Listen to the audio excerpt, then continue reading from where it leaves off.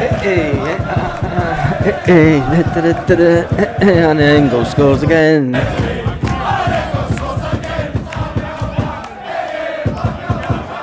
Hey, good afternoon and welcome back to the One Celtic Fans View. That was the new song from the Green Brigade and the Boys about Arne Engels. Tell me what you think about it. It is a catchy little number, I'm sure. Arne Engels scores again. Arne. Oh, I'm sure it'll catch on somewhere, somehow, but it will. It is Celtic after all. What an absolutely convincing result in the end, wasn't it? It's a result that I never predicted, I've got to be fair.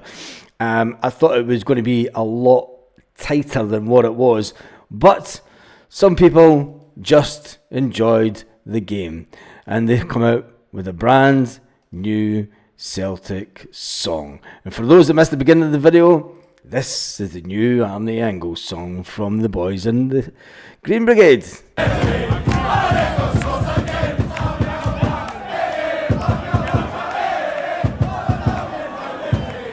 Arne Engels scores again. £11 million wasted, they said.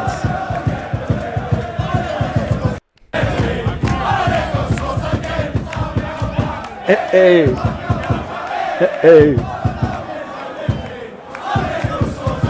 Arne Engels scores again. Yes, he did that. It may take him 2 penalty attempts. And let's face it, the keeper was way off the friggin' line, wasn't he? The keeper was way off the line, and what it does to the Scottish Premier League is Celtic are, as you can see by the table that I've got along the bottom there, Celtic are on 59 points. It's just counting down now, isn't it? I got told in the pub that if they drop 7 points between now and when Celtic play them, there's every chance that Celtic can win the league at home against the Rangers. Philip Clement has been given the vote of confidence. Yes, Philip Clement. It's a fantastic day, Celtic fans. I've got to say, it's just Hunzo, Salvi.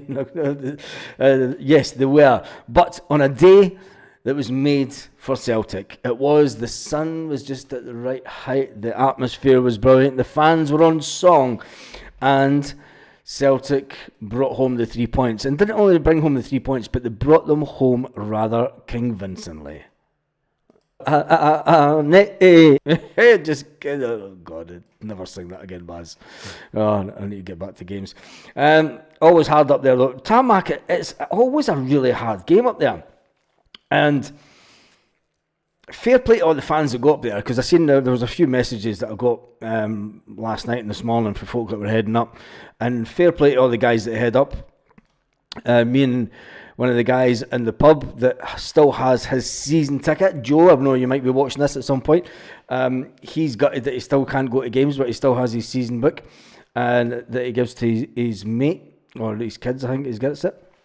But anyway, Chris Boyd absolutely fuming after the game, saying that Alistair Johnson should have been sent off. But let's listen to Kyogo, because I thought Kyogo was very humble after the game. He was very, very humble after the game. Alistair, well done. Kyogo, how happy are you with your performance and your goals today? Yeah, I'm happy to help the team, but I lost a lot of shots, so I have to improve. It was a good cross from Alistair, though, for that first one. Is that fair? Yeah, what a ball, yeah. When you know you've got somebody like Kyogo in the boxes, just making sure you put it in a position like that, Alistair. Yeah, we talk about it all the time with Kyogo ads. It's just putting into a dangerous area, especially between, kind of the goalkeeper in the back line. It's a nightmare to defend, and these guys' movement's unbelievable. I mean, yeah, that is unbelievable, and I've got to say, all the chatter about Kyogo going to America, I think that's absolute nonsense, but I do think that one thing is for sure, Brendan Rodgers does love the fact, and he said so after, that we do have Kyogo at Celtic. I don't think that Kyogo will be going anywhere. There is a lot of speculation that this could ultimately be the last year of Kyogo and Rio Hatate at Celtic. Is Brendan Rodgers making moves in the transfer market to bring in that type of player? Let's listen to what Brendan Rodgers said to Sky straight after the game today. Very pleased. I think the the effort the players put in. We should have been more goals in front at half time, but scored a very, very good goal. And then second half, obviously, we get pegged back. The goal comes from us giving the ball away from a throw-in a few minutes earlier. So then we have to find that resilience that I spoke about before the game. And you can see the players, how they kept going. And in games like today, you got to find a way to win. Yeah. Really, really cold day, pitch very bobbly, very bumpy, and you just have to have that mentality to get through the game. And the players, they showed a fantastic mentality and end up really good winners in the end. It'd be easy to make excuses if that's something your team doesn't do. Is it a case of just go out and showing what you can do in that character today to go back ahead once you got pegged back? Yeah, I love the way that the Sky, even the media, are basically picking up on the fact that Clementine is bemoaning the fact that they have a lot of injured players. If you remember back over last season, the beginning of last season, Celtic had a crisis in defence. But Brendan Rodgers didn't bemoan the fact that we had two outstanding players not playing today. You have to remember that we give this performance today. We had this level of performance without Dyson, Maida and Nico Kuhn. To get a 4-1 victory up in Dingwall is absolutely phenomenal. Absolutely phenomenal. And I mean that by no uncertain terms. It is always a hard place to go. It's always a hard place to go with Dingwall. And was there a penalty? Yes, it was a penalty all day long. Alistair Johnston turned to Callum McGregor. Callum McGregor asked him, was it a penalty? And he went, yeah, it's a penalty, mate. It's a penalty. Before it was even called by VAR, you could see Alistair Johnston turn to Callum McGregor on the pitch and say, yep, it's a penalty. You know, it was a stupid foul, it was a penalty.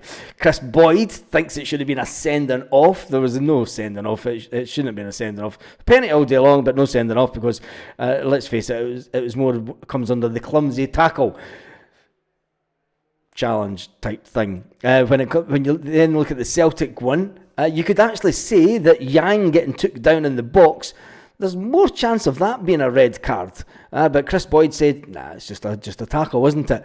He tries to put his leg in front of him to stop the player. He's the last man.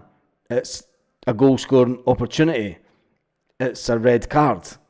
But Chris Boyd didn't see it like that. Chris Boyd didn't see it as a red card, and he thought, nah, it's fair play, that one. But Celtic weren't done and dusted yet.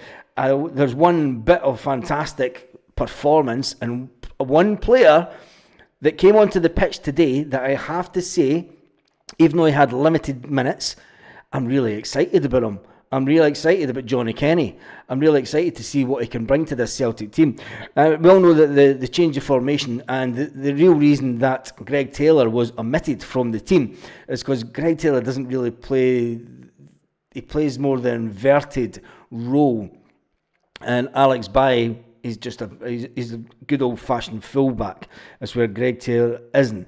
When you look at it, the change to the 4-4-2 formation probably suited Alex Baye better than it would Greg Taylor. Him getting a wee smack on the face towards the end, it was very, very telling that he did not bring Greg Taylor on. Is this to make sure that Greg Taylor does not get an injury so that he can be sold? Yeah, I'm not going to give up on it. I think that we all know the situation that is going on. The fact that he brought in Liam Scales when Alex Baye went off with what looked like a little nasty hit to the napper, but he brought on Liam Scales to play in the left back position. Is that very telling? Is there going to be movement with the Greg Taylor situation next week? I hope some of the media have asked that question. Tarmac says, wee Kenny will fit into this Celtic team, no doubt. I thought his movement for the goal that Luke McCowan scored. Yes, the goal that Luke McCowan scored. I thought Johnny Kenny's movement was really good. I thought there's a player that's went away, got his head down, knuckled down with it, and improved his game.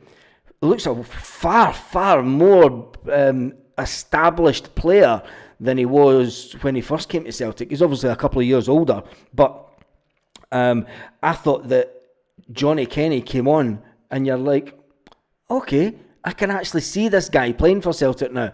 When he was here before, and this is what I love about the situation, and it's a shout out to the younger players at Celtic that have left and you know that don't think that they have a future at Celtic. when you listen to the likes of Brendan Rodgers and they tell you the path that you have to go on to get into this first team. And I was kind of hoping some more of the B team players were going to get a little run out. But Johnny Kenny, I've got to say, I know it was only 20 minutes or something, and you can't really go on someone's performance, but his movement, his positioning, and I liked what I saw. I did like what I saw, and you're thinking, maybe this guy could have a good career at Celtic as a third-choice striker. And if he's coming back, if he's staying at Celtic as a third-choice striker, we've just saved ourselves quite a bucket load of money. But then again, Celtic could still be in the market for another striker. If Celtic do go in the market, and they dip into the market to get Kids for Garden from Brøndby, is it the fact that Celtic now see themselves playing a 4-4-2 formation? What an absolutely amazing end to the season it would be if Brendan Rodgers completely changed tactics, completely changed the way that Celtic play with the remaining whatever games it is to win the league, and changing the setup, changing from the 4-3-3 to a 4-4-2 setup. Oh my word, Brendan, you would become even more godlike in some eyes of some Celtic fans.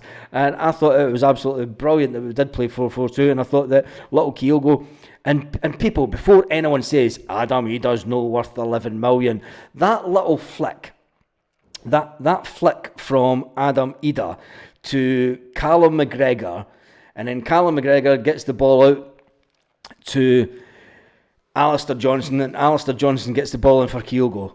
That was some set of play. The little flick from Adam Idah was sublime. And you can say what you want about him, and people say, Adam Idah's a waste of money. That flick from Adam Idah to Callum McGregor in the middle of the park was sublime. It was worth the money all day long. Playing the 4-4-2 suited them better. People will say he needs to score more goals. Brendan Rodgers isn't too fussy about the amount of goals that our strikers score, as long as we're scoring plenty of goals from other positions. I thought that Adam Idah needs a little bit of respect, and Arne Engels' song shows that the Celtic fans are not, the ones that go to games are generally not too fussy about the fact that Arne Engels is not a waste of money, and Carly says Adam Idah's not a waste of money. I've never said once that he's a waste of money, but a lot of people on the channel in the comments have said it, and I've went, look, he's not a waste of money. He's a player that is trying to find his position in a Celtic team. I think Adam Idah is absolutely brilliant, and that flick, go back and watch the game back, and the flick from Adam Idah to Callum McGregor straight, and it was only about a minute before it. I'm saying that the Celtic really need to up the pace, and then they go and do that, and then the Green Brigades and the boys come out with a new Arne Engels song. We need to play it again. Big up Arne Engels. People bemoaning the fact that it's £11 million is a waste of money. Well, hey.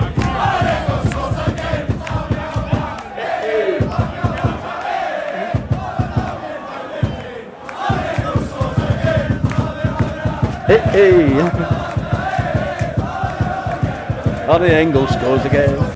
Absolutely brilliant. And it's always good that we the good thing about the Celtic support is that we do have a wide and varied songbook.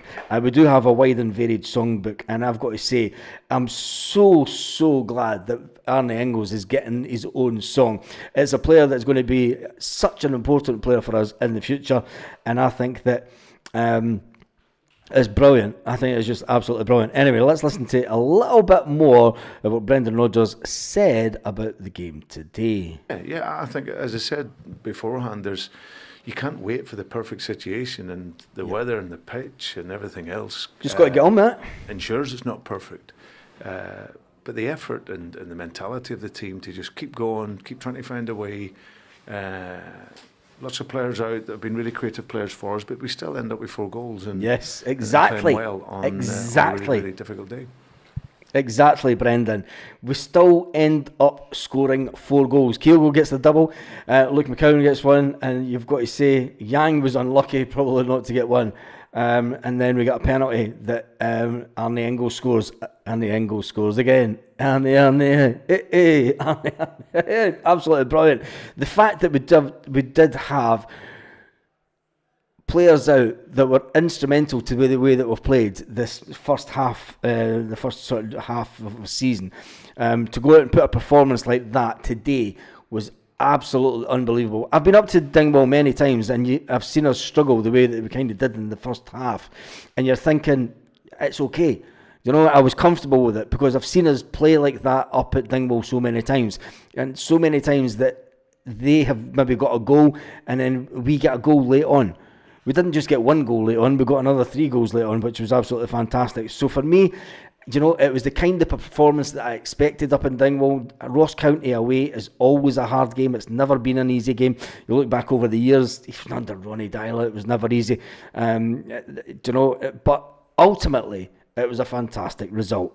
Kyogo was in here, was talking about his goals, and he's obviously very modest, but what was it about him today, because he obviously had to play in different positions, that was key in terms of him getting the goals?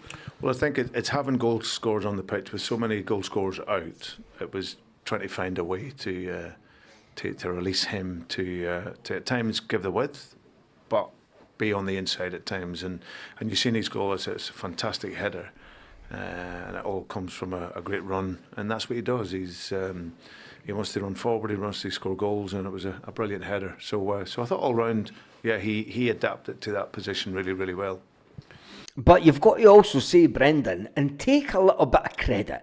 Brendan does need to take a little bit of credit because changing the formation to the 4-4-2 formation was a little bit of a masterstroke, let's face it, because teams have got used to the way that Celtic play. And I've been saying it for long enough. Ross County decided to go with 5 at the back. Other teams that have played a really close midfield game where they've had the defence and midfield right in the middle of the box.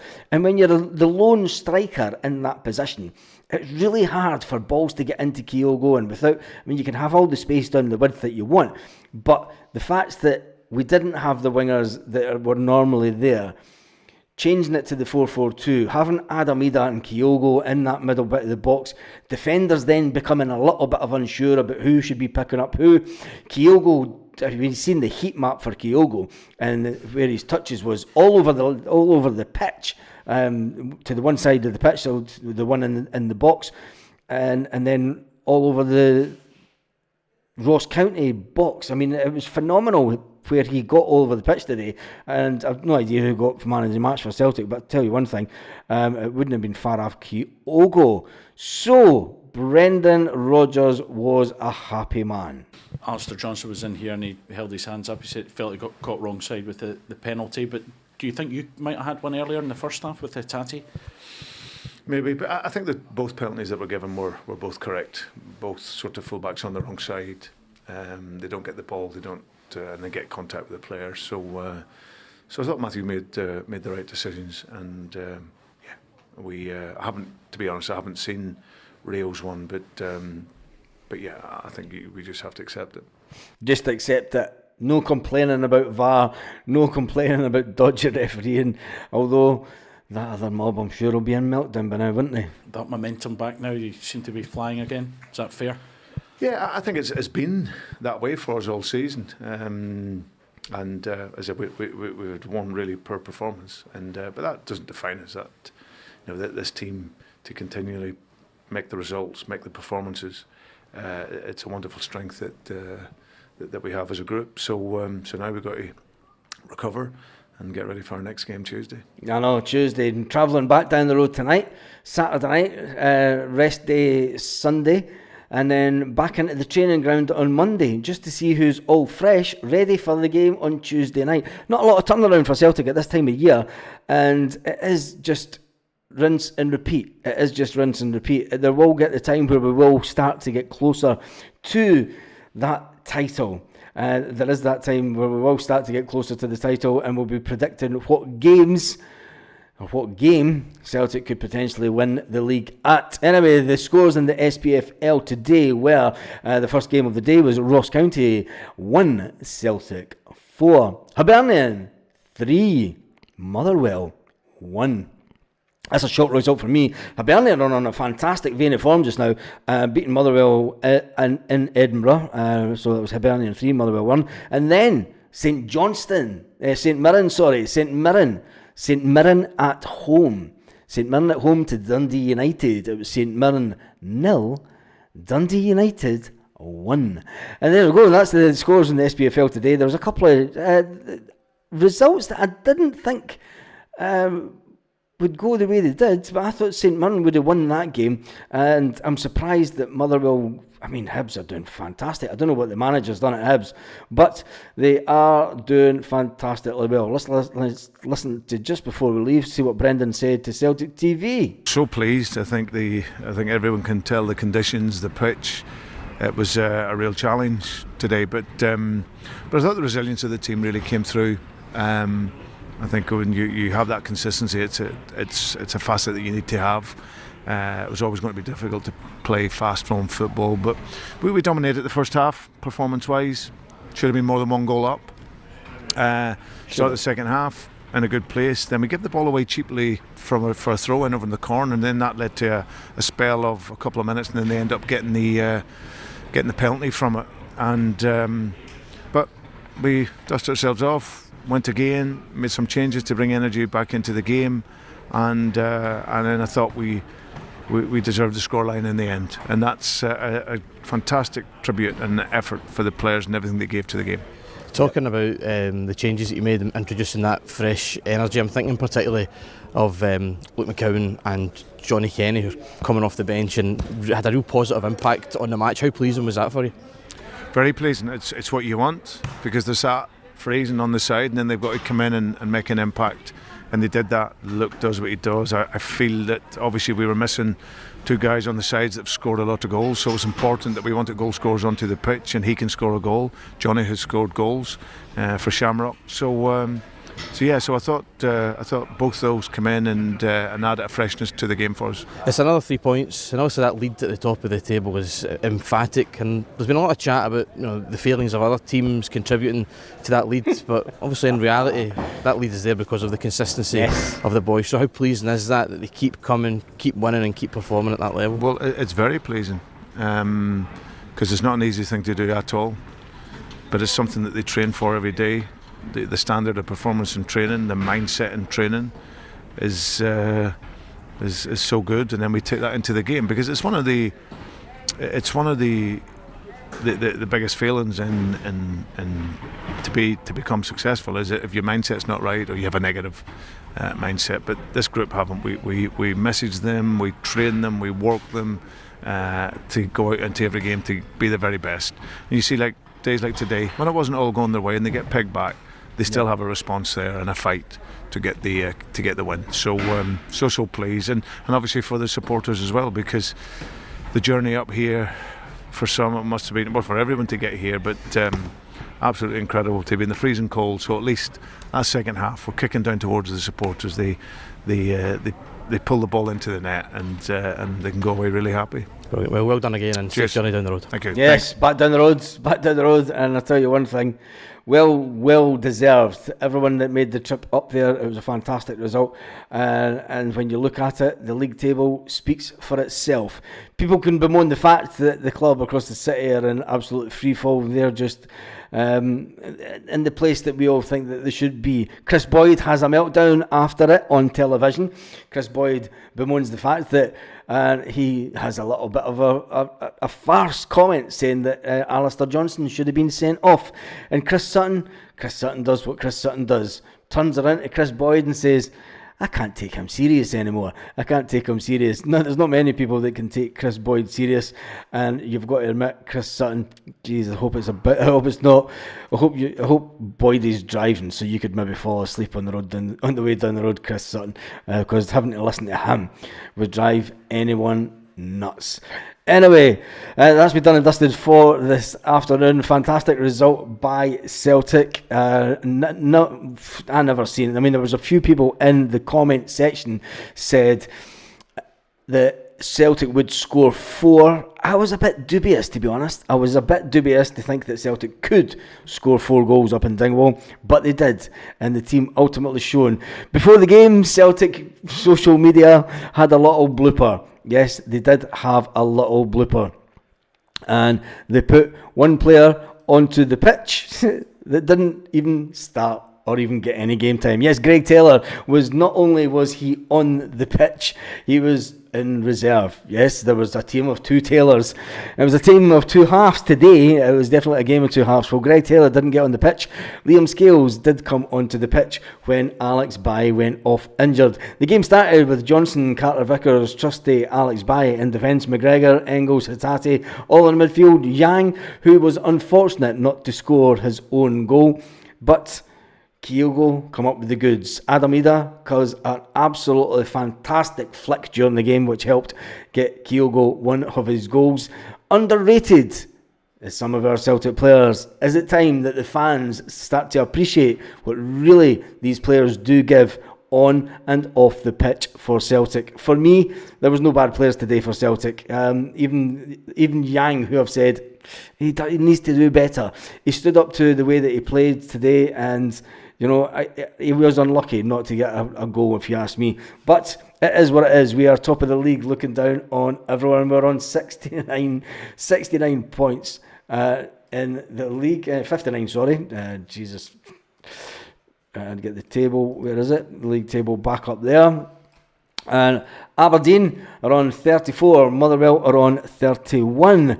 Dundee United are on 37. Dundee United. It looks like a table, let's be fair, this looks like a table from the 1980s, where Sevco have a lucky season and managed to finish second. The new firm of Dundee United and Aberdeen, the new firm are in complete dominance in third and fourth position. Will it stay that way? Will Aberdeen fans feel that they have let this season slip away from them? It's going to be an interesting game tomorrow and during the week.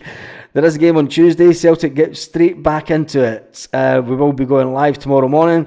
And let's jump into the comment section quickly before we end this video. Tarmac says Kevin says, some great saves by the Ross County keeper. Yes, man of the match for me was the Ross County goalkeeper. It was the Ross County goalkeeper. And Mr. Quinn's on bottle number 3 with the Stella. Alexander says, took us 17 minutes to score 3 goals. Rangers took 90 odd minutes and happy days. Tell you what, I think Rangers will drop points tomorrow. Well, let's hope they do, because it's going to be even better than what it is just now. I went to watch Celtic in the 1990s. I enjoy these days, said Richard Cairns. Richard, I've still got a lot of my Celtic tops from the 1990s. And these days are absolutely phenomenal. And for that comment, you get the last comment. I'm not even going to go through the rest. I think that deserves anyone. Richard Cairns, who went and watched Celtic during the 1990s, a bit like myself, knows exactly what these moments mean to us. And right now, Celtic are quite considerably simply the best. Yes, I don't care what they say. Celtic are simply the best. And on that note, have an absolutely fantastic day. We're going to end out not with the usual tune, but with the Arne Engels song. So have a fantastic day to all you Celtic fans. Yes, you there. If you're still watching at this point, thank you for watching to the end of the video. We will be live tomorrow morning with our Sunday morning special. And then, you never know, there could be another video later on in the day. Have a fantastic day wherever you are, Celtic fans all around the world.